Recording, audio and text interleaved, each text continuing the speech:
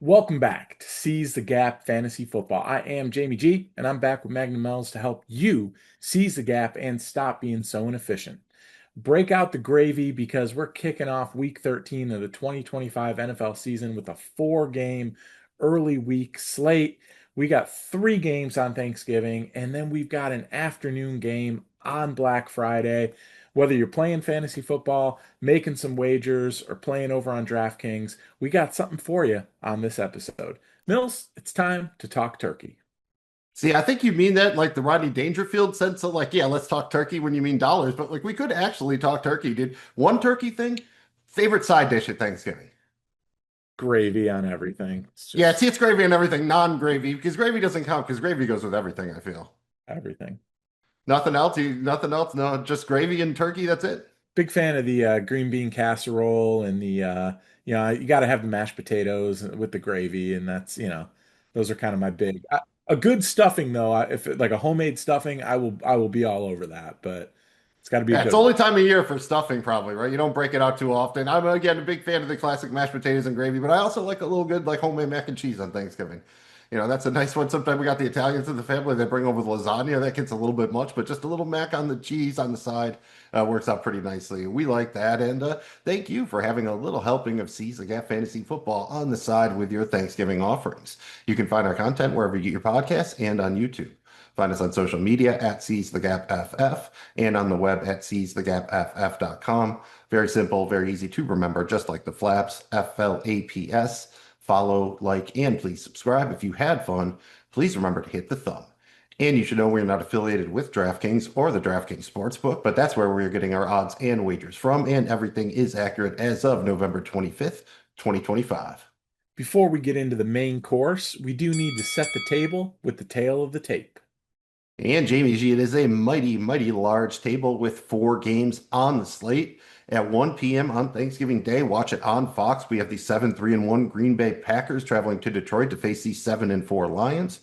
The Packers are 2.5 point road underdogs, plus 124 on the money line. Lions are 2.5 point home favorites, minus 148 on the money line. Game total is 48.5 points. No weather concerns here inside at Ford Field. It looks like all of the Green Bay skill position players are trending towards playing, but for the Lions, Khalif Raymond, the third wide receiver, seems closer to doubtful, while Isaac Tesla and Brock Bright are trending towards playing despite being listed as questionable. Game number two, Thanksgiving Day, 4:30 p.m. Watch it on CBS or Paramount Plus. You have the 6-5 Kansas City Chiefs traveling to Dallas to face the 5-1 Dallas Cowboys. The Chiefs are 3.5 point road favorites, minus 185 on the money line. The Cowboys are 3.5 point home underdogs, plus 154 on the money line. Game total is 52.5 points. Once again, indoors at Jerry World, no weather concerns here. And for the Chiefs, Isaiah Pacheco will be returning, while guard Trey Smith and tight end Noah Gray are doubtful. Wide receiver Kevontae Turpin is trending towards playing for the Cowboys. In the Thanksgiving nightcapper at 8:20 p.m., watch it on NBC or Peacock. We have the 3-8 Cincinnati Bengals traveling to Baltimore to face the 6-5 Ravens. Bengals are 7 point road underdogs, plus 295 on the money line, while the Ravens are 7 point home favorites, minus 375 on the money line. Game total is 51.5 points. This is our only outdoor game, but no real weather concerns. A touch windy, winds 10 to 15 miles an hour, but temps in the mid 30s shouldn't be too bad. Although if you're going to the game, you might want to bundle up a little bit. Two major injury concerns, both on the Bengals side of the ball. Wide receiver T. Higgins and defensive end Trey Hendrickson are both out. Finally, on Black Friday, this one's at 3 p.m. Eastern Standard Time. Watch it on Prime Video. The 8-3 Chicago Bears are traveling to Philadelphia to face my 8-3 Philadelphia Eagles. The Bears are a touchdown underdog, 7 point underdog on the road, plus 260 on the money line. My Birds are 7 point favorites at home, minus 325 on the money line. Game total is 44.5 points. Another one here, temps in the low 40s, winds 10 to 15 miles an hour, be a bit chilly, but no major concerns. For the Bears, linebacker TJ Edwards is questionable, and the Eagles will be without safety Andrew Makuba and tackle Lane Johnson. That is a big loss for my Birds. Jamie G will start at the beginning here. You have this Green Bay at Detroit game, which seems like, oh man, you have all these great players. But when you're setting your fantasy lineups, you really don't feel that great about anybody outside of Jahmyr Gibbs and Amon-Ra St. Brown right now, right? Across both teams. Feels kind of weird. What are you expecting about this out of this game? Could it be a little bit low scoring, a little bit sluggish to start the day off, or could this be a shootout, which could definitely happen given the offensive talent of both teams, right? Yeah, there's definitely a lot of talent there, and it's just when you look at it, it's kind of like I think Detroit being at home is a really big advantage for them on a short week and in a game they're used to playing every year. It's a big advantage, and when you look at what's going on with Green Bay, there are some weaknesses to the defense. There are some ways you can attack it. It's a good defense, but there are some ways you can attack it, and offensively, it's just been really weird with Green Bay offensively to kind of see them get into a rhythm or lack thereof, really for the entire season. And so you don't know who's going to be the one that steps up and does it there, and that's really frustrating. But you can Mills have confidence, as you said, in Gibbs and St. Brown to really lead it. A little worried about the interior of Detroit's offensive line though, and their ability to protect Goff. He's been getting hammered the last couple of weeks here, so I think it could be a big day for Gibbs and company in the running game, but I think there's a chance this one stays close and it turns into a little bit of a firework factory towards the end of the game. That would be nice. I kind of remember, even as Detroit has gotten better over the years, that the first game has always tended to be kind of the least entertaining of the bunch.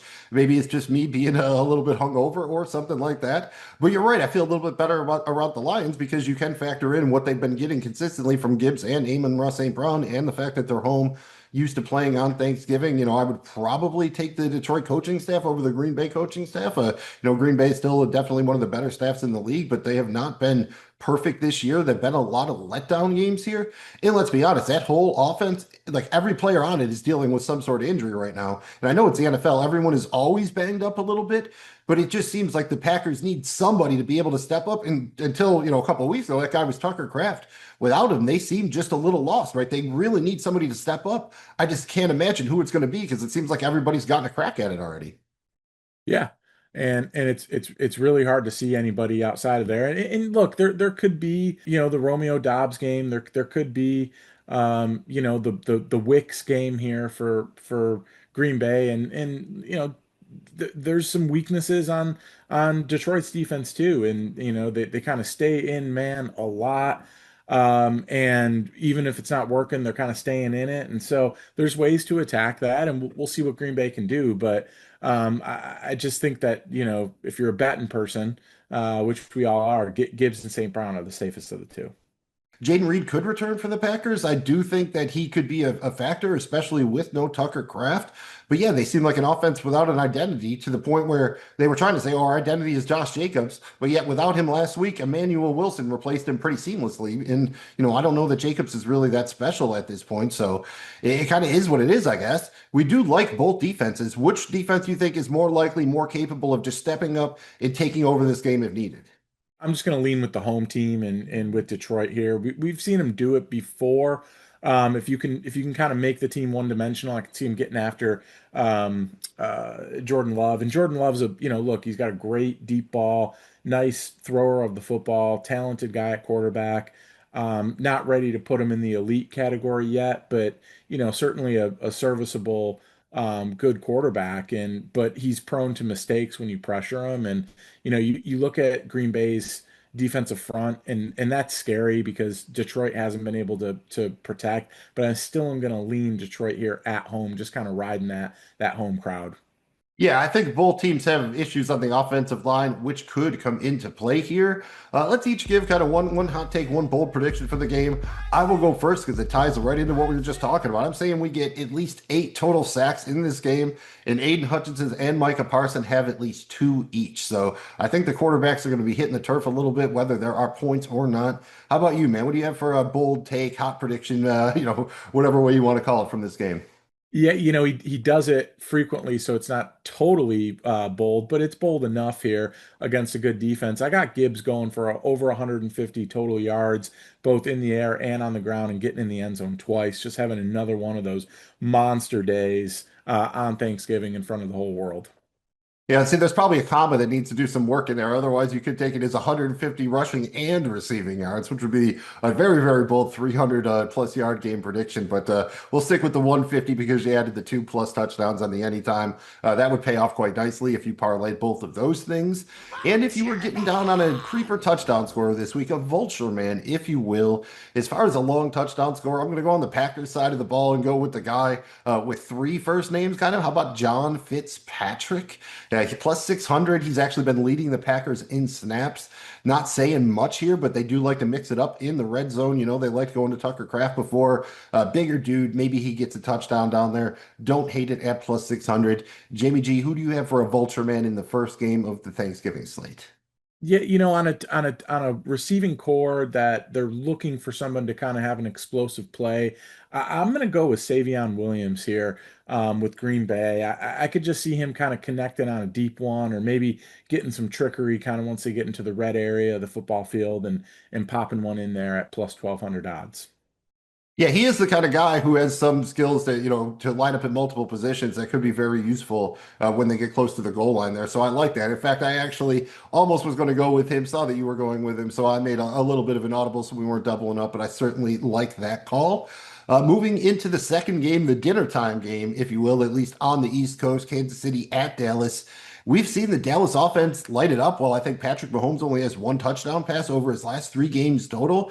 If this game turns into a boat race, do you think that definitely favors Dallas, or is it maybe more complex than that?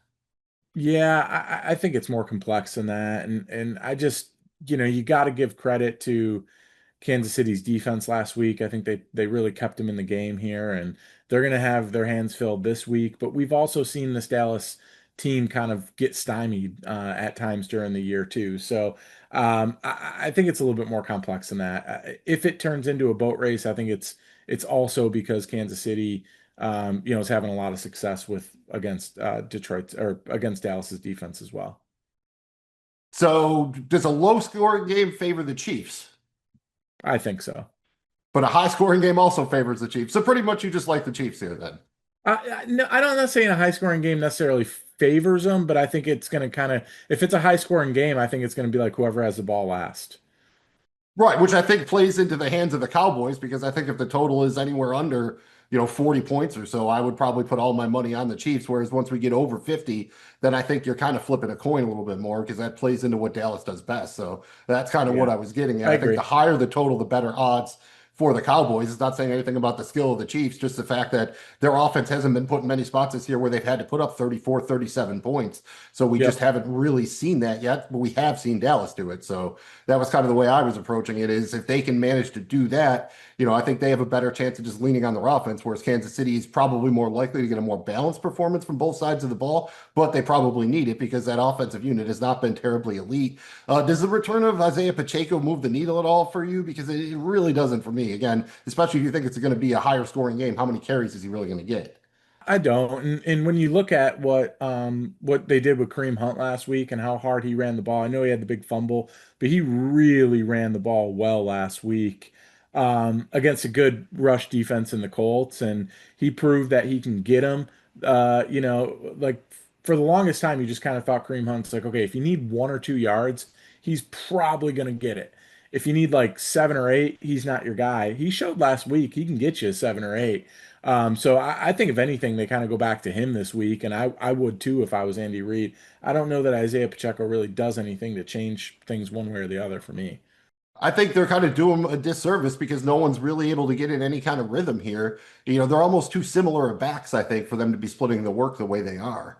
Unless it was for some, load management type of reason. They had a reason like, oh, we don't want to get this guy more than X snaps or X touches or something like that. But at this point, you were right. I think that's as good as their ground game has looked, basically. Why not go back to the well with it? So I'm interested to see how they reintegrate him because I think that's the key for the Chiefs, right? You've got Kelsey's doing pretty decent lately. Rashee Rice has been very, very good since he came back, but they really don't have a third option. You look on the other side of the ball, you obviously have CeeDee Lamb, George Pickens, but then they also have Javonte Williams, Jake Ferguson. Washington. That's four decent options there. Do you think the Kansas City offense can get at least a third option to step up? We're not even going to ask for a fourth. Just do you think there's a third guy that can step up, and who would it be?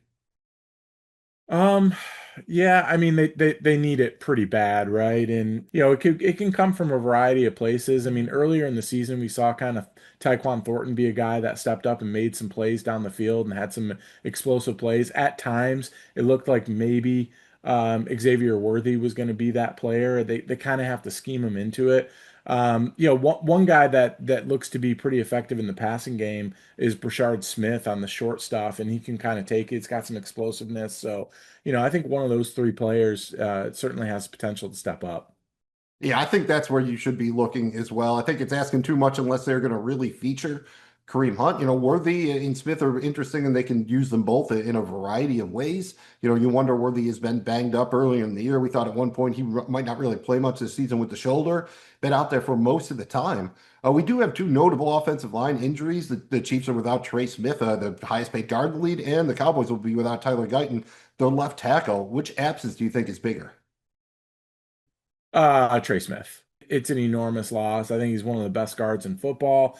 And what they like to do, protecting both in the passing game, protecting internally, but then also in the running game, everything revolves around kind of their interior. They've always been kind of weak throughout Patrick Mahomes' entire career. They've been kind of weak at tackle, but like the best in the league on the interior. It's a big loss, man. It's just kind of how the team's built. I think I agree with you, especially because we've seen Dallas function without him already. They've had a bunch of injuries on the offensive line, so they've really had to kind of mix and match and give them credit. They've built out some nice depth on that offensive line. So, good for you, Jerry. I'll give you that one. How about that Kansas City pass rush? Do you think that they can do enough here? We've not really seen them be that great this season. A lot of people have been talking about, Chris Jones might be slowing down, that sort of thing. Do you think they can do enough here to get some pressure on Dak to kind of cut down his time so he doesn't have Pickens and CeeDee Lamb available on their shots down the field?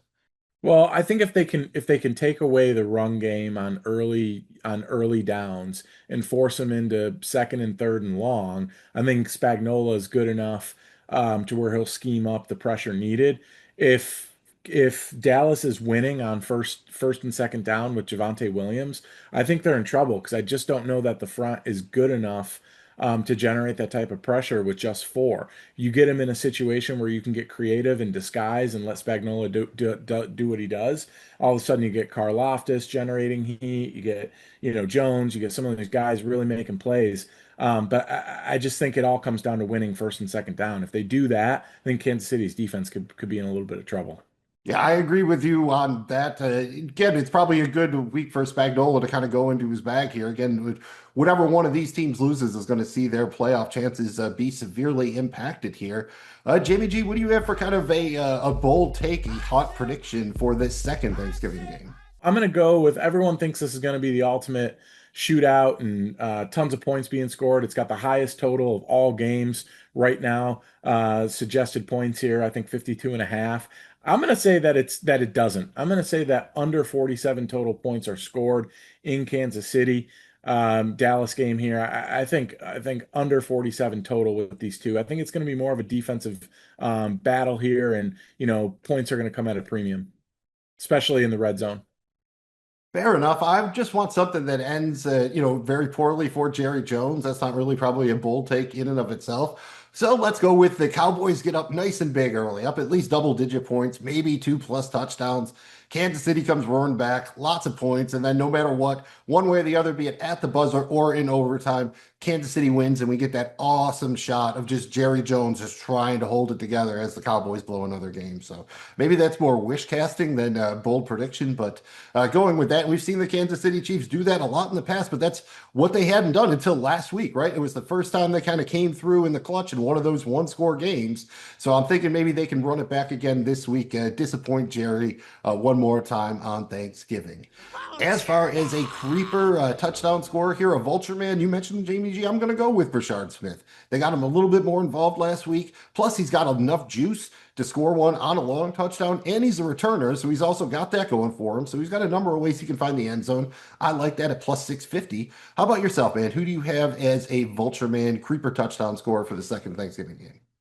first, 3, 4, 5 weeks of the season, he was really a name worth watching. They kind of forgot about him a little bit. Well, I'm saying don't you forget about me here. I'm going Tyquan Thornton. I think plus 650. He was, emerging as a legitimate deep threat down the field, kind of go up and get it guy, breaking away, was open a lot. I think they need to go back to that here against, a Dallas secondary that's certainly vulnerable to the deep threat. Yeah, he should be getting Hollywood Brown snaps as far as I'm concerned. Other than the contract and the veteran status, I don't know why that's not the case. And they really desperately need that juice down the field. And speaking of the juice, in the nightcapper for Thanksgiving here, Joey Juice, Joe Burrow is returning. But of course, now that Jamar Chase is coming back, there is no T. Higgins. So we have yet to see this Bengals offense really at full strength since like week 2. The Baltimore offense is theoretically at full strength, Jamie G, but they look anything but. How are you feeling about this one? Like, I really think that, Baltimore probably wins, but I don't know that I'm laying 7 points here, man. I'm not sure that Lamar Jackson is right. Do you think that offense can bounce back in what's supposed to be one of the easiest matchups for an offense against the Cincinnati defense, sans Trey Hendrickson? Cincinnati's defense, I think, put up a couple of pretty decent performances kind of in a row here. They've been kind of keeping them in things a little bit. And it hasn't been all as bad as it was, 4 or 5 weeks ago. That said, I still think that there's going to be, points scored in this game on both sides. I think out of all the games, this has the one to kind of be the shootout. Both these teams are having a lot of problems, on different sides of the football. And you look at Baltimore, and you said it, man. It just doesn't look right. Henry's not getting going the way we saw last year or week 1 of the season, kind of before the fumble kind of run happened on him. Something's wrong with Jackson. He's holding on to the football. He's not, trusting his legs and just taking off. He's kind of drifting and dancing into sacks. Um, it's just not the juggernaut train that we know it can be. And it was last year, arguably with the same exact roster. So it's really weird to see that. But this is a game where these two teams don't like each other very much. This should be a good one. I could see this one, even without T. Higgins. I could see Burrow kind of reminding everyone, hey, I still exist. I'm still here. And what a better time to do it than the Thursday night primetime night game. Well, let's be honest here. That feels like almost the only reason he's playing, right? Like, I like the idea he wants to play. You know what I mean? He's an athlete. He's being paid all this money. He should want to be out there. But from an organizational standpoint, it, you know what I mean? Especially if he's not 100%. I mean, do you think, if this was Josh Allen coming off this injury and the Bills were, in the position the Bengals in terms of their playoff chances, would you want him coming back here? Well, I think as bad as it is, I think they're only, what, 2 games behind in that division. So it's not that Well, with the crazy, but, tiebreaker, they're probably effectively 3 behind. so I mean, they win this one though, and If they can sweep the 2 Ravens games, they're in business. That's pretty much what they have to do.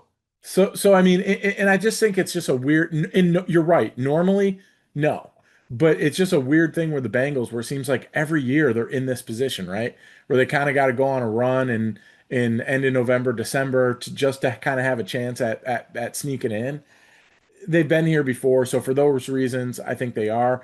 Given the injury history with Burrow and the fact that it seems like he's missed more time than he's played, you probably want to be careful. It's only been what, 11 weeks since not even since the injury. So that's not a lot of time for how severe that turf toe is. But I don't know. It's a tough one. I think just given Cincinnati and kind of their whole, they're used to being in this spot. I think it makes sense for them to plug them in and try to push to sneak in like they've done in years past. I think you're right. I just think this is a case where they're kind of damned if they do, damned if they don't. You made the very salient point of the injury history with Burrow. That's what scares me the most. Because if he Yeah. is out for any portion of the beginning of the next part of next season, how screwed are they? You know what I mean? And they're already pushing up against it where they are with the cap after paying him, Higgins, and Chase. They're going to have to franchise Hendrickson next year, and he's going to be very unhappy about that. So they have a lot of work to do. If they have to come and do again with Joe Burrow not either being out for the beginning of the season or not having any real off-season work, they're going to be starting another season behind the eight ball. So I just think they have to be very careful. I think it makes sense you put them out here, but if they lose the next two, I mean, they should think about shutting him down no matter how bad of a look it is because he is their franchise. They absolutely need this one.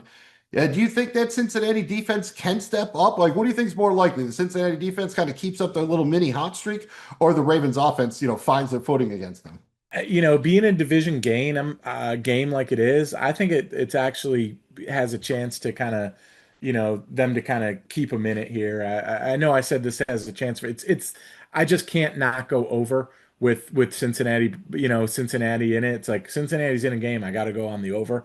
But I do think there's a chance that their little hot streak continues and this game, remains pretty close. Yeah, it all depends on where the touchdowns are going to come from. I think this is a spot where, especially if you get, some big plays on special teams or defense with turnovers that could jumpstart the offenses, at least to a certain degree. As far as a, bold call, a hot take here's how you do it, JBG. I'm going to say not one, not two, not three, but four different tight ends score touchdowns in this game. How about them apples, dude? Now that's how you do one of those. What do you got for a hot take here, bold prediction for the final Thanksgiving game? Yeah, I wanted to go Bengals cover, the +7, but Bengals win minimum, dog. You got a I don't know bold that that's prediction. bold enough. So what I'm going to say is that uh, Joe Burrow returns with 300 yards and 3 touchdowns. All right, we'll go 3-3. One wouldn't have been enough, but we'll give you both. So that should you'd put them in business. And I would think honestly, if he gets 303, I'd probably, if you were going to parlay those, I'd at least throw the Bengals +7 in there with that probably. As far as a creeper touchdown score here, a vulture, man, I love this one. JBG caught a bomb last week, actually played 23% of the snaps. I believe that's its highest snap percentage of the season. Give me Taz, dude. Devontae Walker, second year wide receiver for the Ravens, +2,000 on the anytime. He's got legitimate juice, legitimate size. I do not know why he's not getting more snaps. They seem to be working on that last week. He had the one big play, so I'm hoping that's a sign of things to come. So I'm going Tez Walker, anytime touchdown, +2,000. Who do you have for us at your Vulture Man? I'm going to go with the big guy. He's so dominant in the fullback position and being able to block and open up holes. But I think they give it to him on the goal line, man, and let him punch it home. Give me Patrick Ricard +2,500, all 300 and however many pounds he is. Nice. It's funny because I think he was the very, very bottom one listed at odds, maybe just above no touchdown. And I literally looked at the snap counts. I'm like, how much is he still playing? I thought about that one. So I do like that. It feels like you could get the random touchdown here. I would love to get wonder what the number is on a Mark Andrews passing touchdown. That would be pretty fun, right? I wonder what Mark Andrews 1+ passing touchdowns looks like this week if they're going to get a little bit funky with some of those formations. Then finally, again, Black Friday game. What's this? The third Black Friday game, I think. Yay, third annual. Yes, there's a game at 3 p.m. on a Friday, and my Eagles are in it.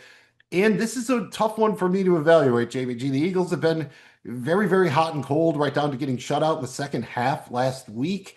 The Bears just keep winning games somehow. I'm not quite sure how they're winning, but they do have a lot of talent. Obviously, big coaching staff upgrade with Ben Johnson this year. What are you thinking about this one, man? Because I can see anything from like a kind of a low scoring defensive affair with a total under 40 or a complete shootout like over 60. I think you have a very wide range of outcomes. What are you leaning towards in this one? I think that Philadelphia's defense will, be dominant, and Chicago's offense is going to struggle. Caleb Williams is going to have to use his legs, probably going to force a couple turnovers. And I think that, Philadelphia's offense will do enough to kind of put the game away. They'll do little to enough early on to keep it close, but I think that they'll eventually, put together a couple drives and put the game away at critical moments where, they get up 2 scores or 3 scores and kind of puts it away. Just like the back-to-back fumbles last week in the non-scoring second half against a weak Cowboys defense. I like that you were giving the Eagles props, but at this point, you have to accept there's certainly something wrong with Saquon Barkley. The Eagles' offensive line is not what it's been. You have too many injuries inside. Steen has been a poor replacement for Becton. You have no Lane Johnson. Those are very, very big factors there. So I have a lot of concerns about where the points are going to come from for the Eagles. I think the one thing that would really behoove them is to find a way to get the rushing attack going. And if you look at the other side of the ball, that's when the Bears have been at their best this season, when they've gotten the rushing attack going, and they've gotten a kind of nice little two-headed attack here with Swift and Kyle Monangai. Do you think whichever team can establish the run, especially early on, is in the driver's seat to take down the W here? Yeah, I do. But you can say Chicago's run defense is pretty good. Philadelphia's run defense is elite. Their defense is elite, and Chicago's not good enough to overcome that on the road. They're just not. And so we'll see. You never know. But I don't know, man. I think Philadelphia's defense takes over this game and really limits Chicago's ability to do anything offensively. So even do you have any worries about the coaching advantage they have? Because I think Ben Johnson is obviously heads and shoulders above anyone the Eagles have. I mean, it's a really poor job of coaching to get shut out in the second half the way they did last week. The Cowboys made adjustments and the Eagles had zero counter. They had no answer. They keep doing the same stuff over and over again and expecting a different result. If the Bears come out and they are creative, they put the Eagles, on the defensive a little bit. Do you really think the Eagles staff can dig in their bag and find counters here, or they're going to keep trying to run the same three plays they run all the time? I will say that you will be frustrated as an Eagles fan, but they're going to win the game and they'll be 9-3. And people will talk about how terrible their offense is, but it won't matter because people talked about it last year too. And it's their defense that holds teams to like not a lot of points. And yeah, you could talk about the Dallas game, but Dallas was kind of on one a little bit. They're riding an emotional high with the loss of a teammate, and it's a division game. And so for those reasons, I kind of am willing to kind of chalk it up. But to me, I just think Philadelphia's defense is going to hold Chicago to, you know, not many points, and certainly keep them out of the end zone. And Philadelphia's offense will do just enough. So to be fair, if say the Buffalo Bills were playing the fifth worst defense in the league and they got shut out in the second half, you just say, "Oh, it's fine. They have more talent. They'll get over it." If it was a division game, I would be upset about it All right, so 100%. they got But shut out in the second half by the Dolphins, let's say. Say almost did. division And game. what I cannot think it's possibly a good sign of things to come. Like it's hard to really spin. I give you credit, you're trying really hard, but it just sounds like you think the Eagles are more talented, so they're going to win. You're just not sure how. Yeah, they That's they win. Well, but they've proven it though. I mean, say what you want about Nick Sirianni. He's won a lot of football games. And if I would say if the Bills struggled like that, but I looked out and I said, okay, well, we still have Devontae Smith and we still have AJ Brown. I wouldn't have a worry in the world.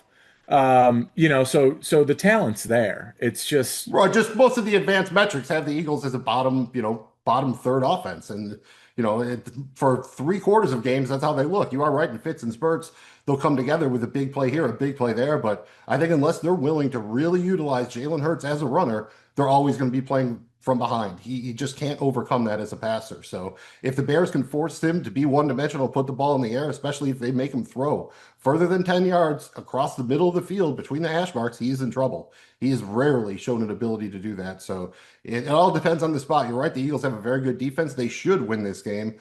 But I just am running out of faith in this. And we saw this, last year they went on that great run.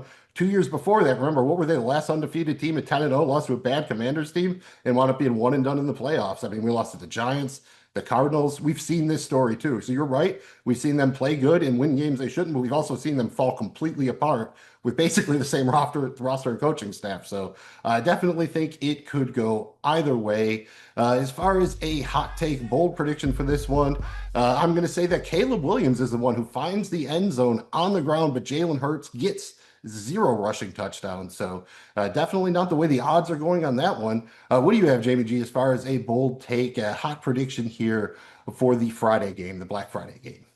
I got the Eagles defense forcing 3 turnovers and holding the Bears offense to under 20 total points. The 20-17 sounds about right. If the Eagles are going to win it, my guess is that would be the score. Vulture Man! As far as a Vulture Man, Random touchdown score. I'm going to go with the Bears offense. His role has been ascending recently. Really like the rookie wide receiver, Luther Burden III here, plus 500. He is going to escape coverage from the Eagles' best secondary players. Could get loose for a long one. Love the big playability. So I'm going Luther Burden III, plus 500. Jamie G, who do you have as your Vulture man on Black Friday? I love saying that name too, though. You Luther love anybody Burden the third, III. dude. Your literal name could be Joe Smith the third, and you'd be like, oh, dude, that's so cool. Yeah, it makes me wish I had a lineage that I could, one day I guess he have a went to a third. different school for me. I feel like any kid who was like the third or the fourth would have just gotten beaten mercilessly on the playground until he was at least big enough to fight back. Luther Burden the third. Pretty awesome name. For me, Mills, I'm gonna go with your guy here. I think what is he, tight end two, maybe three, I'm not even sure, but I'm going with Grant Calcaterra, plus 950. It's weird. Like all of a sudden, it's like instead of giving AJ Brown the touchdown or Devontae Smith the touchdown or even Dallas Goedert, they'll find Grant Calcutta in there for a random touchdown. So it just seems the way that the universe works, and this is a universe cosmic creeper here. I would say if I was going to go on the Eagles side, I would actually go deeper just down to Will Shipley. He has been getting a couple more snaps in the passing game, and he also returns kicks. So it gives you a couple more avenues there and a little bit of juice. I don't mind the Calcaterra, just they're so prone to use the tush push when they get in close. I would actually love them to run a little bit more trickery out of the formation and get him one. That would be very nice. But if you're going to go real deep down for the Eagles, I don't mind taking a shot on the Will Shipley there.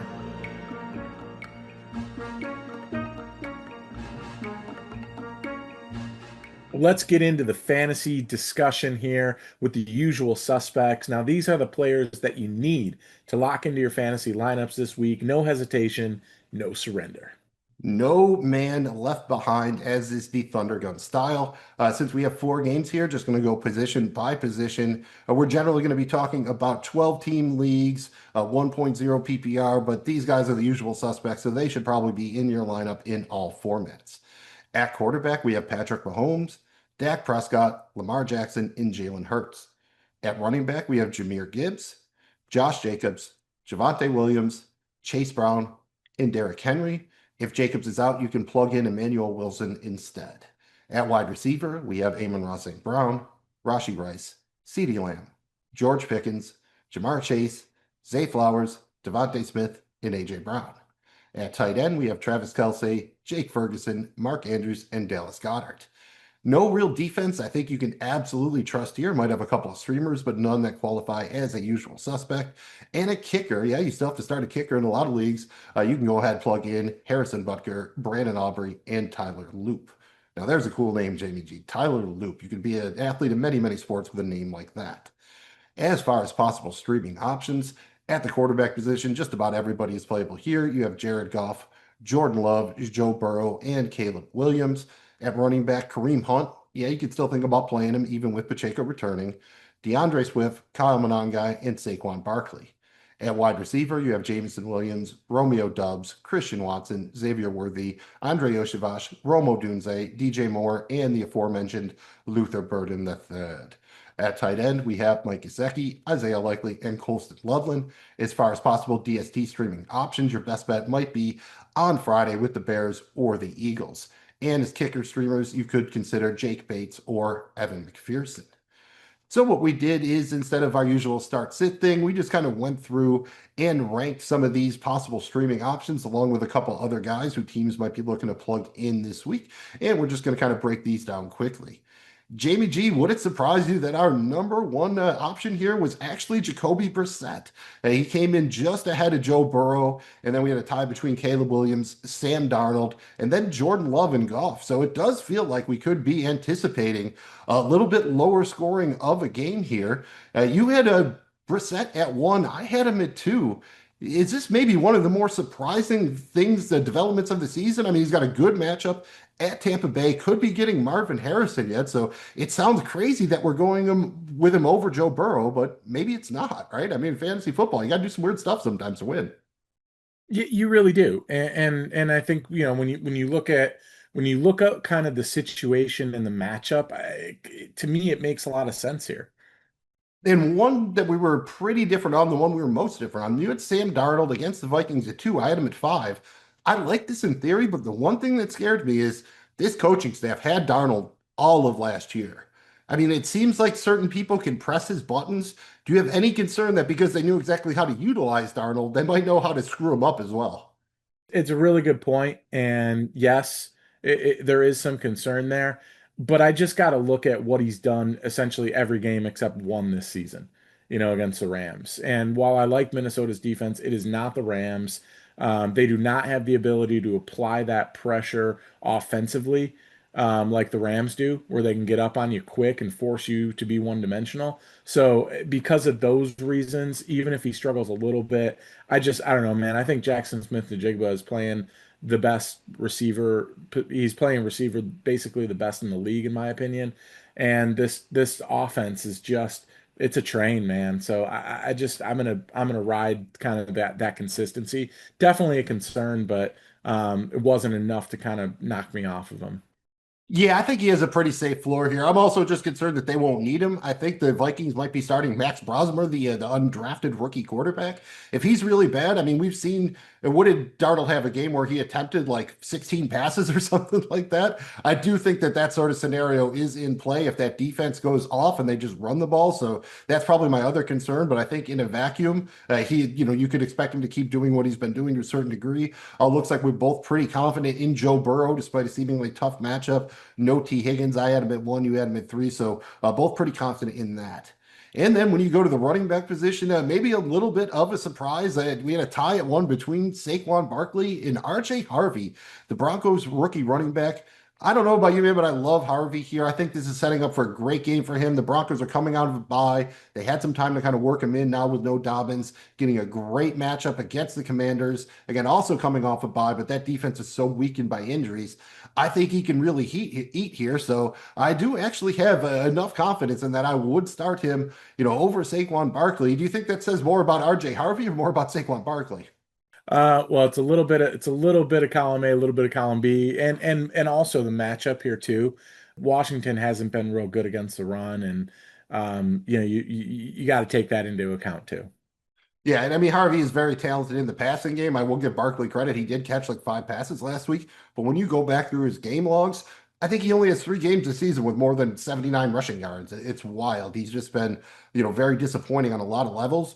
You had Kamani Vidal, the Chargers running back at 1 against the Raiders. I don't mind that, just giving a heads up to everybody. The Chargers have activated or at least opened Amarian Hampton's window to return to practice, so he's got 21 days. And Harbaugh made it sound like he could possibly return this week. So make sure you keep an eye on that before you plug Vidal in. You were also very high on Kareem Hunt. You had him at 2, I had him at 6.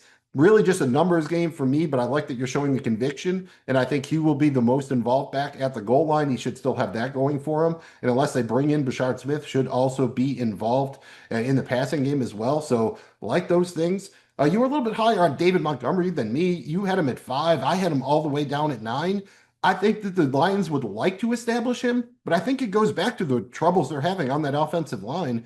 And Gibbs is just so much more explosive. It's hard to take him off the field. So I think that they have to get in a certain scenario where they're up by enough to really utilize Montgomery, and I'm not sure that will happen. Why do you like Montgomery this week? Yeah, I just think they've had a hard time pass protecting, and the best way to kind of to slow down that pass rush is to establish a running game.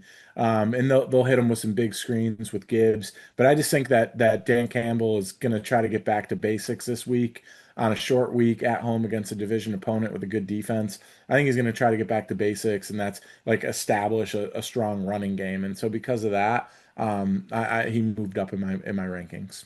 That's fair enough. I guess I've thought that for the last couple of weeks, and it's burned me enough times that, again, I went through and he really hasn't given you a very usable fantasy score in Right. probably about 6 or 7 weeks. So at this Yep. point, you are right. If anything, maybe the short week works for him and then they do lean on it a little bit more there. But again, I think it just comes down to some of the game script too. Last year the Lions were getting those game scripts where they get up and they can really, really concentrate on the run. And here they've been put in spots, when you fall down to the New York Giants that big, that early, it's hard to establish Montgomery, right? I mean, that's what happens. Their defense has let that down in that aspect, at least to some regards.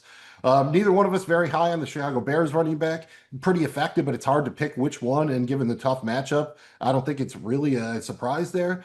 I am fairly high on Devin Neal, the rookie running back for the Saints. Should be out there getting a fair amount of work. They'll at least get the first crack at the gig. Sans Alvin Kamara, decent matchup against the Dolphins. So if he's still out there in your league, you could pick him up. If you picked him up this week, I think you could think about starting him.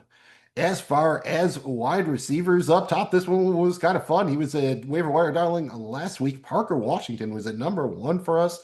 And then we had Jamison Williams, a tie at three between Worthy and Andre Oshivash. And then we had Romo Dunze, Quentin Johnston, Romeo Dubs, Christian Watson tied with Darnell Mooney, and then bringing up the rear, Alec Pierce, DJ Moore, and Luther Burden III. Again, like Moore and Burden in a vacuum in like a best ball league or in a DraftKings tournament, but neither one of them have very safe floors, despite what we saw from Moore last week. He's not playing on the Thanksgiving Day slate, Jamie G, but I'm just still very, very impressed with Parker Washington. He's making his presence felt in the return game, getting some work out in the receiving game. Even though the fact they added Jacoby Myers, Brian Thomas Jr. might be back, I still have a lot of faith. I think they found something in Parker Washington, and him and Brenton Strange really added a spark, I think, to that Jaguars offense last week. I remember a couple weeks ago going, man, no Travis Hunter, no, Brian Thomas Jr. What the heck are they going to do? Who are they going to throw it to? Well, we got our answer, right? And that's Parker Washington. He's had a couple of big games now, and Brenton Strange as well. So And then we had the kind of the matchup of the speedsters came in very close in the rankings. Jamison Williams, Xavier Worthy. You were slightly higher on Worthy. You had him at four, Williams at five. I had Williams at two, Worthy at four. We talk about Bobs all the time, boom or bust players. If you look at Jamison Williams' game log in his last five games, he either has a zero or at least 15 points in every game. Like he's literally not once in the last five games scored between 0 and 15 fantasy points. So that is the dictionary definition of a Bob, right? yeah, and it's like so weird with Detroit because they have a steady Eddie with St. Brown where he's going to get 8 to 10 targets minimum, and he's going to get that work. Jamison Williams, it's either going to be a huge play down the field, likely for a touchdown or nothing. So yeah, he is the literal definition of Bob. It's funny because we usually say nothing and we mean like, three receptions for 25 yards. His nothing is legitimately nothing. So I think that factored into a little bit. I think this could be more of a ceiling game or again, a non-zero game. So if it's not zero, it's going to be at least 15. But I think Worthy definitely has a safer floor as I think he's yet to post a donut outside of course, the one game I was on him, the first game of the season there. Again, another Friday game in Brazil. No real difference between us on Romeo Dubs and Christian Watson. Does it impact anything if Jaden Reed returns this week as well? I mean, if that we're back to like five wide receivers, you can't really trust any of them, right? Yeah, it's kind of the same problem it's always been. There's not an alpha, and it's kind of they're all kind of very similar, and you keep waiting for one to emerge, and we just haven't seen it yet. You were very high on the Chargers wide receiver Quentin Johnston, had him all the way at two. His production has been very much correlated with the presence of Joe Alt. Basically, when Alt has played, Johnston's done very well. When Alt doesn't play, Herbert has less time, worked very badly for Johnston. Any concerns here? Or do you think the Raiders' defense is poor enough that he can kind of overcome that this week? I think the Raiders are just done. It's a dead fish. It's just over. So I have zero concerns about him being able to overcome it. Okay, that line has been so bad. I have a little, even the divisional game and everything, just nothing. They're that bad. I try to find stuff outside of Max Crosby. There's just not much on this defense that really concerns you. And yes, the offensive line struggles is an issue, but I think there's enough time here for him to kind of, spread the ball around and have some success. Most teams who play the Raiders have a lot of success offensively. Fair enough. I just kind of leaning towards a running back Gatson, Keenan Allen type of game, but Johnson only really needs a big touchdown to pay it off. And then finally, we have the tight ends. Number one with a bullet, Brenton Strange. We both had him at once. So if the Jacksonville Jaguars tight end is still out there in your league, make sure you are making a claim for him. Had a tie two between Cade Otton and Zach Ertz. tie at 4 between Isaiah Likely and Colston Loveland. And then we had Mike Gesicki bringing up the rear here, although I think he could catch a touchdown. The Bengals are most likely going to utilize 3 tight ends. So we're both pretty high on Brenton Strange. Cade Otton just sets up pretty well against Zona. How about Zach Ertz? You had him at 2, I had him at 5. I'm just very concerned with this matchup against a very tough Denver defense. Yeah, that's the only concern here. I just go back to the fact who's who's Washington's number one option. McLaurin might be back this week, and they'll have Debo. Even with that though, with a backup quarterback, I just think he's going to get the most. He has the potential to get the most volume, and that's I think that's what elevated his positioning for me. Fair enough. I think I would just probably take a chance on some guys with more big playability. We're talking about where the Ravens could find it. It would take a little bit of a stretch to start him in fantasy, but I do like Isaiah Likely in DFS and on some wagers.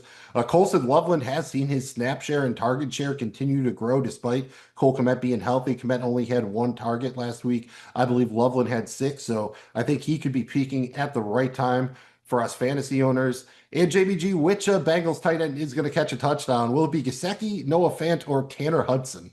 It's really funny, but I'm gonna actually gonna go Tanner Hudson. I'm going to go Fant and Hudson because everybody's going to be playing Gesicki now after the big week. Yep. That's how it works at tight end if you haven't figured it out. Perhaps that's why the number one option we have at tight end is literally a dude named Strange.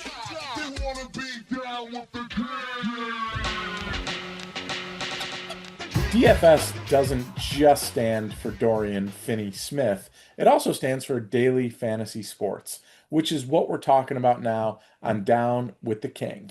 Mills, we got a lot more on our plate than usual for a Thursday. Where do you want to start here? Well, I mean, maybe we start with the gravy. Maybe that's the important thing. You put down the gravy first on the plate as a base, and then you build off the gravy, top with gravy. So basically, your Thanksgiving dinner could be a gravy sandwich. So I think that's what we're going to kind of do here. We're going to mostly just hit the highlights for the showdown contest. And then we went through, kind of ranked our positional favorites for the 3-game Thanksgiving main slate contest. So that's what we're working with as we were recording this on Tuesday. They still don't have the pricing up for Black Friday. Might get around to that later, might not, depending on how the Thanksgiving goes. Jamie G, we're going to start with the first game on Thanksgiving at Captain.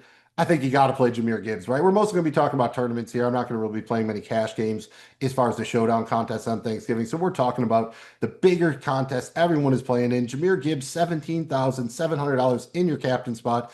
His last 5 games, pretty Bobby, JVG, 58.4, 22.6, 41.2, 5.8, and 39.8 points.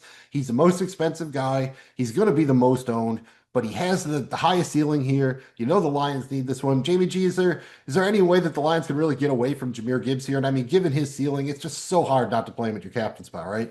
You have to. I mean, because it's not just the rushing, it's the receiving upside, the big play explosives, his ability to get in the end zone. You got to. I don't see a way out of it. I mean, you probably could play him around St. Brown, but that's Gibbs is showing a higher ceiling with a similar floor here. But again, we're mostly looking for ceiling. If you're looking for a value play on the slate, I like Jamison Williams, 7,800. Like I said, in his last 5, he's got 2 zeros in 3 games with at least 16 points. So if he gets more, as soon as he gets that first catch, you can go ahead, pencil in at least 16. He is our Bob there. And I mentioned him, Amon-Ra St. Brown, 16,200 to captain, 10,008 in your flex. How excited are you to try to jam in Gibbs and Amon-Ra St. Brown? If you play Gibbs at captain, leaves you about 5.3K per player for the other 4. You think you can make that work here? Is it worth it to get those 2 guys in your lineup? I think it is, just because again, that's kind of who you can trust. And we talked about that. It's like Gibbs and St. Brown are the guys you can hang your hat on. I think you got to try to find a way to squeeze them both in there. I'm with you there. It's going to make it a little bit tricky, but I think it is worth it. Again, those are the named bankable pieces. There's probably a world where you can play one of them and, play Jamison Williams instead of Amon-Ra St. Brown, something like that. But I think you want to do your best to get both of them in there. If you had to go to the Packers side of the ball, Jamie G, assuming he's playing, would you rather play Josh Jacobs 9,800 in your flex or Jordan Love 9,600 in your flex? That's really tough. I think I'm probably going to go Jordan Love and just kind of hope that the bulk majority of the points come on his shoulder. Yeah, I think that's the way to go, especially if you think the Lions are going to get out to the lead. And even if Jacobs plays, he's still probably banged up. Decent chance they would probably split some of the work anyways with Wilson. If you're going to take a shot at Packers wide receiver, would you rather go Christian Watson 7,400, Romeo Dubs 7K flat? Yeah, I guess I'm probably going to go Dobbs there. Just a gut feeling, but no real science, but I think I'd probably go Dobbs. I think I would go Watson just for the big play potential. If he only gets 3 or 4 targets, I think he has a better chance to play it off. Dubs, I think definitely the higher floor, more consistent option. But in this case, we're mostly looking for tournaments. I would probably take the upside with Watson. If you were ever going to play Love at captain, I guess you could probably run him back with both. But if you're going to try to jam those two Lion guys in there, probably no way you're going to be able to do that. Next up, we got a potential shootout between the Chiefs and the Cowboys down at Jerry's World in Texas. This might be the toughest game to choose a captain from, right? You ain't kidding here. You have both quarterbacks, three wide receivers, maybe a running back in the mix. I think the best way to go is Rashee Rice, 15,000 flat. Played 5 games. At 3 of them, he's got at least 23 DK points. Only one game with less than 10. He had 9.8 in that one. Scored over 27 points last week without finding the end zone. Most definitely has 30-point upside, which is what we're looking for here. And on top of that, he's easier to stack with his quarterback. He is less expensive. We'll probably pick up a little bit more ownership because Pickens and Lamb are going to split the baby a little bit, but you have to pick and choose between them. Whereas you have Rice as clearly the top option with Mahomes, so it makes it a lot easier. As far as a value play, I think it's a great price, 7K for Travis Kelce. Again, we know what the Chiefs' offense is, at least in terms of who their top two options are. It's Rice, it's Kelce. If the Cowboys are going to put up points, it's going to make everything flow through Mahomes. So I'm going to have that three-man combination in a ton of my lineups, be it with Rice or Mahomes at captain probably, but Rice 15,000 a captain, Kelce 7K is a value play. Again, 3 games with 19 or more DK points this season, so he does have the kind of ceiling we're looking for, at least at this price point. If he can get you 21 points, which he's done the last 2 times he scored a touchdown, that's a 3x multiplier for your salary, which will definitely get her done for you in tournaments. And Jamie G, if you were playing a captain, I think I just outlined the case for Mahomes, 15,900 a captain, 10,600 in your flex. But how about Dak Prescott here? Almost the same price, 15,600, 10,400. Do you prefer Mahomes over Prescott? And is there one in particular you would prefer as a captain? I think I probably would prefer, the logic is going to be everyone's going to want to go Prescott with his ability to throw the football to Pickens and to CeeDee Lamb and to Ferguson. I actually think I'm going to go with Mahomes here with the rushing upside in a game where I think he'll use his legs to do whatever it takes to get the win. I think I go with Mahomes here.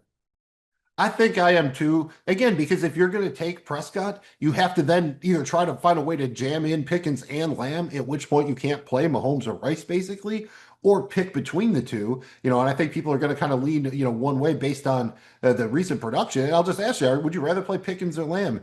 In your flex, Pickens is 9,600, Lamb is 9,400. So he's officially jumped over Lamb here. And do you think maybe this is the time now that Lamb is going to be a little bit cheaper, catching less ownership? Is it the time maybe to jump back on the Lamb train, or do you think Pickens keeps it going here and you'd rather go with him?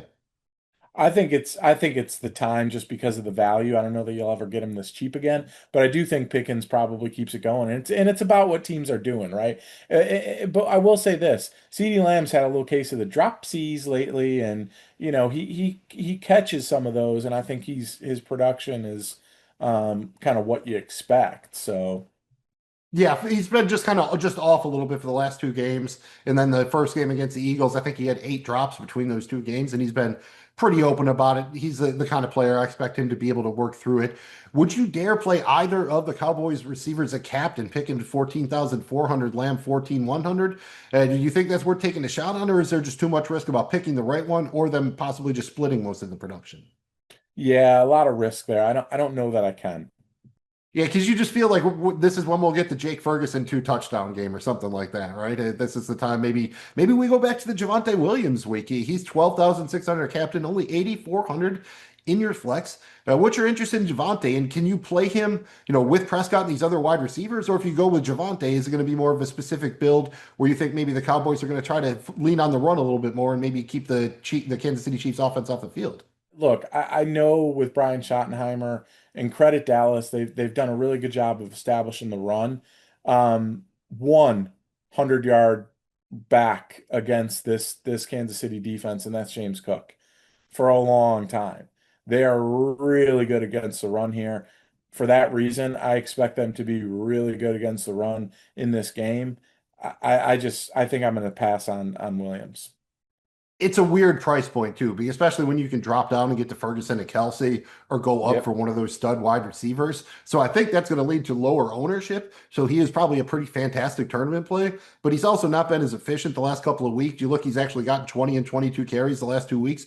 The role is there. The efficiency hasn't been. Maybe teams are loading up a little bit more to stop the run, but I think if you kind of put the whole puzzle together, it just leads me away from him this week.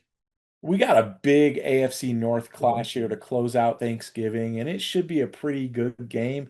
But Mills, I gotta ask, what's going to be tougher? Staying awake after eating all that turkey and tryptophan, or finding a captain for our showdown lineups?